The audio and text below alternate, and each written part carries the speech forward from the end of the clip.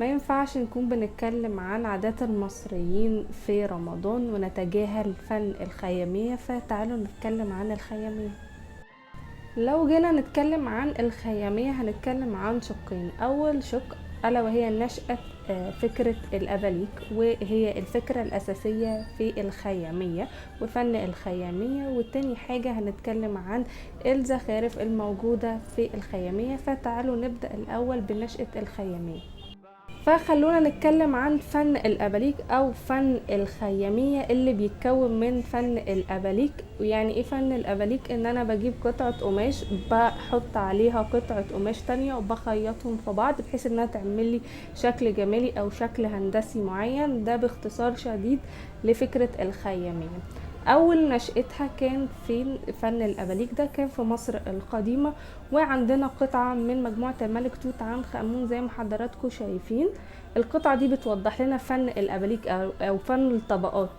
ان قطعة قماش اللي هي القطعة الأساسية اللي تحت عليها مقصوصة اهو قطعة قماش اهي، زي ما الحيوان ده اهو، ده قطعة قماش منفصلة لوحدها ومتخيطة في القماش ومديانة الشكل ده ومتحدد اهو.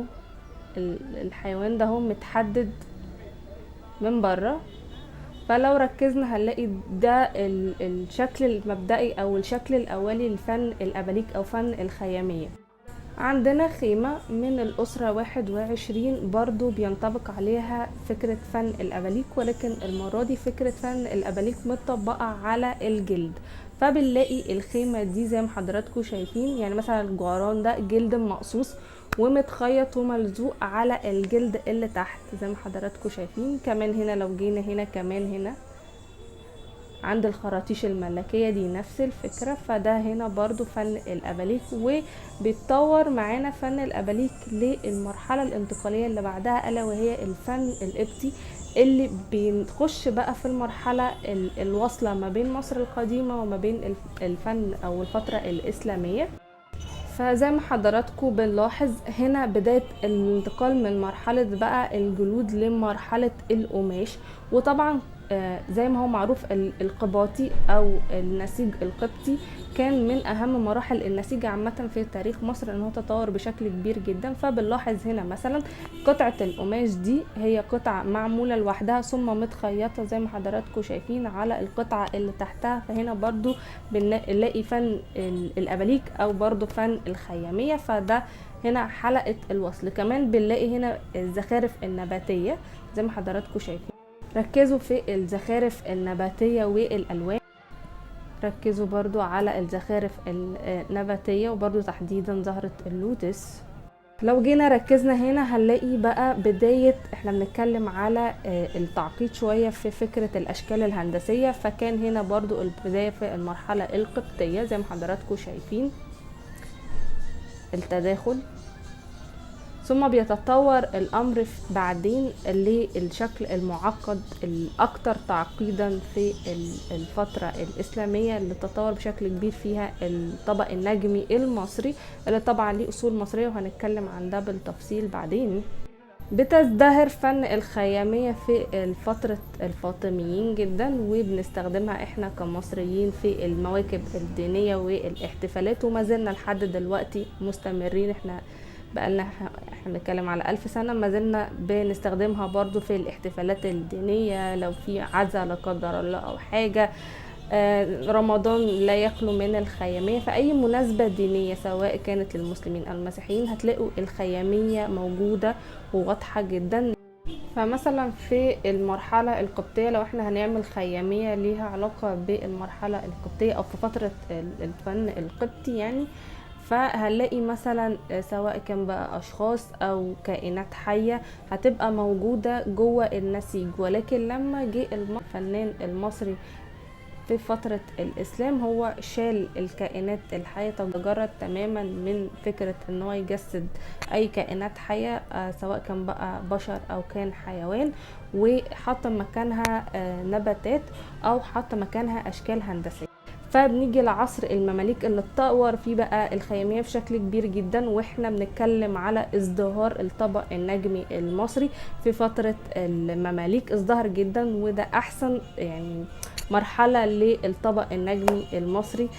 فبنلاقي هو فمثلا عندنا هنا اهو طبق النجمي اهو، والتطور للشكل المعقد للأشكال الهندسية المعقدة برضو كانت، والتداخلات بتاعتها كان في فترة المماليك. وطبعا اللي نقل الخيامية دي للدول اللي جنبنا هي كسوة الكعبة، لأن مصر كانت بتخرج كسوة الكعبة وكانت بتبقى معمولة برضو الخيامية، فالفكرة انتقلت من هنا لهناك مش العكس زي ما بيتم الترويج ليه.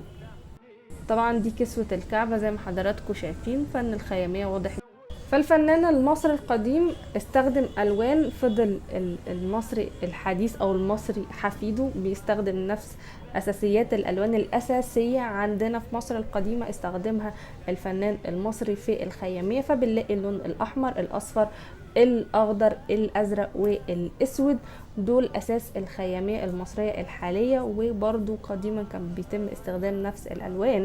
حديثا برضو رحنا دخلنا حاجات جديدة والوان جديدة، ولكن فضلنا محافظين على شكل النمط التقليدي بتاع ان انا بستخدم الزخارف النباتية الخاصة برضو بمصر القديمة، بستخدمها زي زهرة اللوتس او البردي موجودة معانا باشكالها المتنوعة، سواء كانت بقى عبارة عن برعم او سواء كانت عبارة عن زهور متفتحة وليها طبعا معاني كتير، زي مثلا بعض الانماط دي هنلاقي فيها تداخلات كتير هنشوفناها في الفن القبطي، ثم تطورت مع الوقت زي ما قلت لحضراتكم في فترة الفن الاسلامي او الفترة الاسلامية.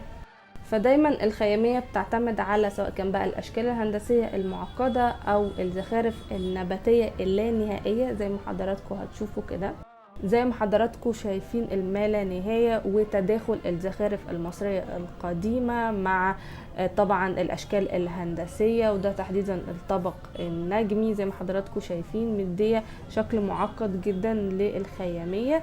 وفن الخيامية عامة هو فن واسع جدا يطول شرحه جدا لان الموضوع معقد جدا، مش كلمتين هنقولهم ونمشي. بس اتمنى ان انا اكون وضحت لحضراتكم فكرة نشأة الخيامية جت منين، والفن الاصيل بتاع الخيامية هو فن مصري اصيل واختراع مصري اصيل، مازال الفنان المصري او الاسطى بيعملوا بنفس الطريقة القديمة مع التطوير طبعا الاشكال الهندسية او تطوير شكل الرسومات، ولكن الحرفة زي ما هي بيتم استخدام نفس التقنية او اللي هي تقنية الاباليك زي ما حضراتكم شايفين. كل ده قماش متخيط على قماش مقصوص بطريقة معينة وكله خياطة يدوية. تقدروا طبعا حضراتكم تشوفوا الفنانين الخيامية وهم بيعملوا لوحاتهم في منطقة او شارع الخيامية الموجود في طبعا الغورية بعد باب زويلة، هتلاقوا هناك الاماكن مكان الخيامية يعني او سوق الخيامية موجود هناك، تقدروا تروحوا تشوفوهم